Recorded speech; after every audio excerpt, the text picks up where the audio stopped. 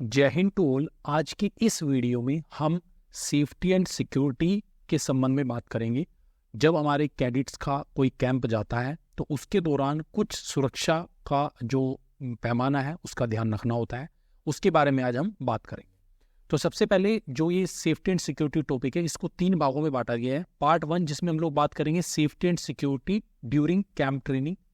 दूसरा पार्ट 2 जिसमें हम बात करेंगे safety and security while on move, यानी जब आप अपने प्लेस से, अपने कॉलेज से या अपने यूनिट से उस स्थान पर जा रहे हो जहां पर कैंप लगा हुआ है। वो कोई कॉलेज भी हो सकता है या फिर कोई भी एयरफोर्स, नेवी या आर्मी का कोई प्रीमिसेस हो सकता है जहां पर वो कैंप ऑर्गेनाइज हो रहा है। और लास्ट में कुछ मिसलेनियस पॉइंट होंगे जो कि आपके जनरल पॉइंट है जिनके बारे में हम बात करेंगे। तो सबसे पहले पार्ट 1 हम स्टार्ट करते हैं। पार्ट 1 हमारा safety and security during camp training के अंतर्गत आता है। इसमें जो भी हमारे कैंप, चाहे वो आर्मी के प्रेमिसेस में हो, नेवी के हो या एयरफोर्स के हो या फिर किसी कॉलेज के प्रेमिसेस में हो, तो उसके अंदर हमेशा एक मेडिकल एड फैसिलिटी होनी चाहिए। यानी मेडिकल कैंप के दौरान आपको एमआर रूम का एस्टेब्लिशमेंट करना है, तो उसकी कुछ कंडीशंस है वो आपको ध्यान में रखनी है। पहला पॉइंट होगा कि MI room in the camp area. Second point, उस मेडिकल रूम के अंदर कोई भी एक मेडिकल ऑफिसर होगा और साथ में एक नर्सिंग असिस्टेंट होंगे। और जो भी आपका ये मेडिकल रूम आपने सेटअप किया है, यहाँ पर एक डेडिकेटेड मेडिकल ऑफिसर होगा जो अगर वहाँ पर नहीं है तो ऑन कॉल पर अवेलेबल रहेगा, और ये किसी भी सिविल हॉस्पिटल का वहाँ पर होगा। इसके साथ साथ में एक एम्बुलेंस होगी। यदि एम्बुलेंस नहीं है तो कोई एडोक एम्बुलेंस होनी चाहिए विद नर्सिंग असिस्टेंट।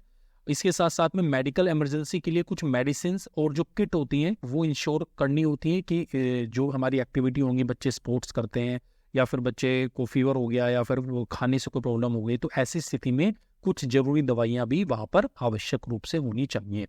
इसके साथ साथ में कोई भी आपके पास टेलीफोन नंबर होना चाहिए, मोबाइल नंबर होना चाहिए सिविल हॉस्पिटल का, जो भी नियर बाय सिविल हॉस्पिटल हो।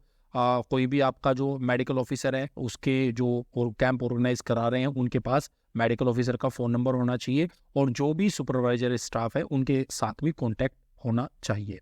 तो ये कुछ ज़रूरी चीज़ें थी जो मेडिकल, जब आप कैंप सेटअप करेंगे तो मेडिकल के लिए आपको रिक्वायरमेंट होगी जो हर कैंप में आवश्यक होती हैं। अब हम कुछ और अदर बात कर लेते हैं। जैसे जब भी कोई कैंप लगता है तो वहाँ पर पर्याप्त संख्या में आपको गार्ड अपॉइंट करने होते हैं। गार्ड का जो ड्यूटी होती है वो डे नाइट के हिसाब से लगती है। तो कुछ गार्ड आपके डे में होते हैं, कुछ नाइट में होते हैं। जैसे गेट पर आपने लगाने हैं, जहाँ पर आपका मैसिंग एरिया वहाँ पर वो लगने होते हैं। इसके अलावा जहाँ पर आपकी लाइन होती है, जो आपकी रेस्ट रूम है या फिर रूम्स बने हुए जहाँ पर कैडेट्स को रेस्ट करते हैं, उस एरिया के अंदर भी आपके संतरीज अपॉइंटेड होते हैं। इसके साथ साथ में जो भी ट्रेनिंग एक्टिविटीज़ हैं वो एक्सीडेंटल फ्री होनी चाहिए। ये भी आप किसी भी पीआई स्टाफ को या फिर एएनओ को, जीसीआई को, इन सभी को मॉनिटर करना होता है। इसके साथ साथ में जो भी सिविलियन स्टाफ कैंप के अंतर्गत आ रहे हैं, जैसे कुछ आपके वेजिटेबल्स के लिए या फिर हो सकता है कुछ आपके बाहर से आपने सफाई वाले लगवाए हैं, वो लोग आ रहे हैं डेली, तो उनका आपको पास उनके पास होने चाहिए। पास भी प्रॉपर चेक होने के बाद ही उनको अंदर एंट्री मिलनी चाहिए। इसके साथ में सभी को वहाँ पर इंश्योर करना होता है कि जितने भी विजिटर्स वहाँ पर आ रहे हैं वो प्रॉपरली वेरीफाई हों, उनकी आइडेंटिटी चेक हो, तभी वो विजिटर आए। उनका प्रॉपर रजिस्टर मेंटेन होगा, उस रजिस्टर के अंदर उनकी एंट्रीज की जानी चाहिए, कब वो आए, कब वो वहाँ से गए, तो ये चीज़ें ध्यान में रखी जानी है। उसके साथ में रिपोर्ट और जो भी इंफॉर्मेशन होगी वो सभी कैंप कमांडेंट को डेली बेसिस पर इसकी रिपोर्ट करनी होती है। और ये इंश्योर करना होता है कैंप के अंतर्गत कि कोई भी आपका पीआई स्टाफ और कैंप के अंदर जो लोकल पुलिस है, लोकल आर्मी यूनिट्स हैं, उनके साथ में कांटेक्ट रहे, और ड्यूरिंग द कैंप एक्टिविटी सभी तरह की सिक्योरिटी वहाँ पर इंश्योर होनी चाहिए। इसके साथ साथ में जो अलग अलग प्लेसेस हैं उनको बार बार रिव्यू करना होता है। जैसे मैसिंग एरिया हो गया या फिर क्लीनिंग एरिया हो गया या फिर जहाँ पर बर्तन वगैरह क्लीन होते हैं वो वाला एरिया हो गया, वॉशरूम्स हो गए, इन सभी को क्लीन करना है। और वहाँ पर एडिक्यूट संख्या में, प्रॉपर संख्या में गार्ड्स को अपॉइंट करना है, जिससे कि कहीं पर भी किसी तरह की कोई प्रॉब्लम क्रिएट ना हो सके। इसके साथ साथ में कोई भी अगर ऐसी डिजीज़ है जो फैलने वाली हो, जैसे भी पिछले 2 सालों में हमने देखा है कोरोना जैसी बीमारी है, या लास्ट ईयर हमने देखा था आई फ्लू जैसी बीमारी है, इस तरह की कोई बीमारी कैंप में ना आए। और यदि आ रही है तो प्रॉपर हमारे पास उस तरह का एक प्लेस होना चाहिए कि उनको सेग्रीगेट कर सकें, ऐसे कैडेट्स को, ऐसे स्टाफ को जिनके अंदर उस तरह के फ्लू के लक्षण या इस तरह की बीमारी दिखाई दे रही है, तो उनको अलग से आइसोलेट करने के लिए रूम्स या कोई भी होल अवेलेबल होना चाहिए जिससे कि उनको बाकी जो हमारे कैडेट्स हैं या बाकी जो वहाँ पर स्टाफ्स हैं उनको उससे कोई प्रॉब्लम ना हो।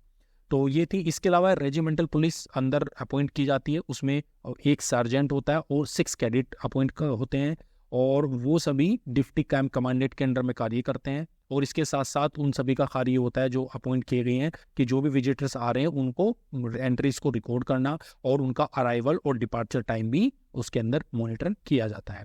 इसके साथ साथ में कुछ जो प्लेसेस हैं वो इस रेजिमेंटल पुलिस को चेक करने होते हैं टाइम टू टाइम। जैसे 2 संतरी मेन गेट पर रहेंगे हमेशा।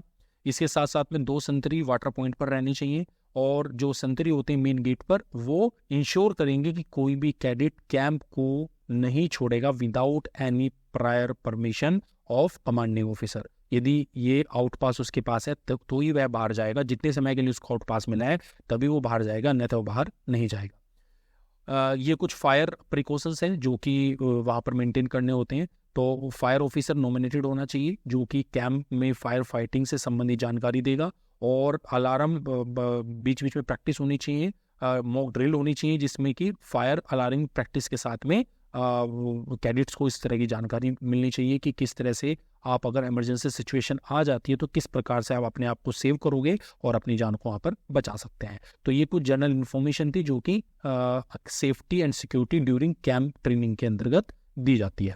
अब बात करते हैं वाइल मूविंग, यानी जब हम कैडेट को एक प्लेस से दूसरे प्लेस पर लेकर जाते हैं तो इसमें भी काफ़ी अहम रोल होता है। क्योंकि हम जिस प्लेस से लेकर जा रहे हैं और दूसरे प्लेस पर जा रहे हैं तो आपको अलग अलग मोड ऑफ ट्रेवलिंग का यूज़ करना पड़ सकता है। तो ऐसी स्थिति में भी कुछ गाइडलाइंस हैं जिनका हमें ध्यान रखना है। तो सबसे पहले आपको ध्यान रखना है कि जितने भी हमारे मूवमेंट होनी चाहिए वह आपके ग्रुप के अंदर होने चाहिए। सेकेंडली, जो भी ANO, GCI, PI स्टाफ पे CTO अपॉइंट किए गए हैं वो अपने अपने कैडेट्स के साथ में रहने चाहिए। कैडेट कहीं पर भी अकेले नहीं घूमेंगे। इसके साथ साथ में जो हमारी पार्टी को पहले ही कैंप में स्टार्ट होने से पहले उनको किसी प्लेस पर इकट्ठा करके उनको क्या करना है क्या नहीं करना है इसकी जानकारी भी उनको उनके पास पहुंच जानी चाहिए। यानी कि डूज एंड डोंट डूज की एक लिस्ट उनको प्रोवाइड करा देनी है कि क्या आपको करना है क्या आपको नहीं करना है। और जो भी हमारा मूवमेंट होगा वो सभी कैडेट का बड़ी पेयर के अंतर्गत होना चाहिए। इवन अगर वो बच्चे टॉयलेट जा रहे हैं नाइट के समय में तो भी वो बड़ी पेयर के साथ में टॉयलेट जाएंगे, अकेले वह नहीं जाएंगे। और इसके साथ साथ में कोई भी खाने का सामान जैसे चाय हो गया या कोई खाने का सामान बिस्किट हो गया वो सिर्फ और सिर्फ ऑथराइज सोर्सेज से ही उनको कंज्यूम करना है। कोई भी कैडेट अनऑथराइज सोर्सेज से किसी भी तरह के खाने के आइटम को, चाहे पानी हो चाहे हो, उसको कंज्यूम नहीं करेगा। और इसके साथ साथ में जो भी हमारे कैडेट होंगे वो जब ट्रेवलिंग करते हैं तो किसी भी बस की, ट्रेन की या जिस भी वो मोड से जा रहे हैं, वो सकता है आर्मी ट्रक हो या हो सकता है कोई गाड़ी हो, उसके कभी भी गेट के ऊपर खड़े होकर ट्रेवलिंग नहीं करेंगे। ये स्ट्रिक्टली इंश्योर करना है सभी स्टाफ को जो भी वहाँ पर है, वो चाहे ANO हो, GCI हो या PI स्टाफ हो, उन सभी को इंश्योर करना है कि कोई भी कैडेट किसी भी दरवाजे के ऊपर, कई बार बच्चे ट्रेन की खिड़की के पास जाकर ट्रेवलिंग करना शुरू कर देते हैं तो इस तरह की एक्टिविटी नहीं करनी है। यदि कोई भी कैडेट इनडिसिप्लिन एक्टिविटी करता हुआ पाया जाता है तो उसको तुरंत उसको वापस उसके स्थान पर भेज देना, उस पर स्ट्रिक्ट एक्शन लेना है। इसके अलावा जो भी रिक्वायरमेंट है, जैसे कभी ट्रेन चेंज करनी पड़ सकती है, एक ट्रेन से दूसरे ट्रेन पर आपको जाना है, तो जितने भी मूवमेंट होंगे वो सब एक ग्रुप के अंदर होंगे और इसकी जानकारी प्रायरी पहले से ही सभी कैडेट को दे दी जाएगी कि आपको किस प्लेस पर हमें ट्रेन को चेंज करना है और किस तरह से हमें ग्रुप के अंदर मूवमेंट करना है। तो एक जनरल इन्फॉर्मेशन है। इसके साथ साथ में जब आप उस स्थान पर चले जाते हो जहाँ पर आपका कैंप हो रहा है तो वहाँ पर कुछ इंस्ट्रक्शंस आपको फॉलो करनी है। सबसे पहले आप वहाँ पे एक रिसेप्शन सेंटर बना होगा, सभी को वहाँ पर जाकर रिपोर्ट करना है जो भी आप कैडेट वहाँ पर पहुँचते हैं। इसके अलावा जो भी ऑफिस इंचार्ज वहाँ पर होगा उनको आपको जो भी इंफॉर्मेशन होगी कंटीजेंट की वो उनको देनी है। जैसे पहले आपको brief cadet on move to camp, कितने भी जो कैडेट आपके कैंप में आ रहे हैं उनकी ब्रीफ इन्फॉर्मेशन। इसके साथ साथ में ensure they move in a group, उनको जो भी कैडेट वहाँ पर आ रहे हैं वो सभी ग्रुप में मूव करेंगे, अपने अपने ग्रुप जो उनका बना हुआ है। और इसके साथ साथ में अगर कोई असिस्टेंट की ज़रूरत है तो आपको RPF, रेलवे पुलिस फोर्स या लोकल पुलिस या MCU की आप मदद ले सकते हैं यदि आपको आवश्यकता है तो इस कार्य के लिए। इसके साथ साथ में जितने भी कंटीजेंट होंगे वो जब भी वो एक साथ डिसमाउंट होंगे, फॉलिंग होना होगा उनका एवरी इवनिंग, सभी की काउंटिंग होगी, प्रॉपर हेड उनके काउंट होनी चाहिए जी, कितनी संख्या में है, कितने लोग आउट पास गए हैं, कितने लोग वहाँ पर अवेलेबल है, पूरी जानकारी डेली कलेक्टिवली होनी चाहिए, एक्यूरेट इन्फॉर्मेशन होनी चाहिए। इसके साथ साथ में जो हमारे विजिटर्स आ रहे हैं उनके लिए आउट पास मैंने बता दिया, ये महत्वपूर्ण कार्य है क्योंकि बाहर का कोई भी आदमी ऐसे एंट्री नहीं कर सकता।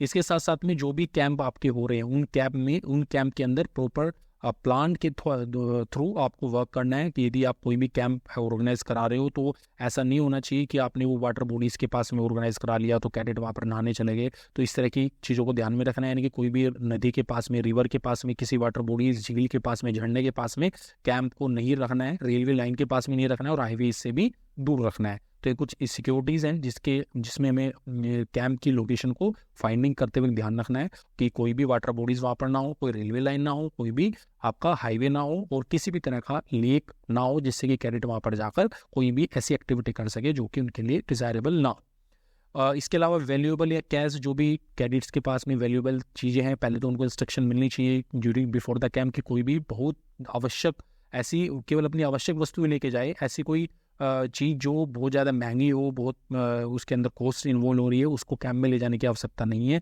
तो उनको किट उनकी प्रॉपर तैयार होनी चाहिए, उस किट के अंदर क्या चीज़ें ज़रूरी है वही वहाँ पर जाए। इसके साथ साथ में जो कैडेट कुछ कैश लेकर आ रहे हैं उस कैश को भी एक लिमिटेड उनको इन्फॉर्म कर दिया जाए कि अपने सभी को अपने लगेज के अंदर लॉक के द्वारा रखें जिससे कि कोई चोरी होने की संभावना वहाँ पर ना बने।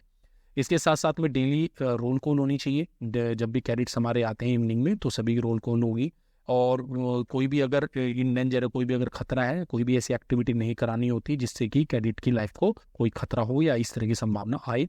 और जो भी SD और SW यानी गर्ल्स और बॉयज़ कैडेट है उन सभी को एकोमोडेट करने के लिए सेपरेट प्लेस की आवश्यकता होती है, कभी भी उनको एक जगह पर नहीं रखना होता है। तो ये कुछ जनरल इंस्ट्रक्शंस थी जो कि हम अपने कैडेट्स के लिए रखते हैं जो कैंप के अंदर सेफ्टी एंड सिक्योरिटी के अंतर्गत आते हैं। जय हिंद।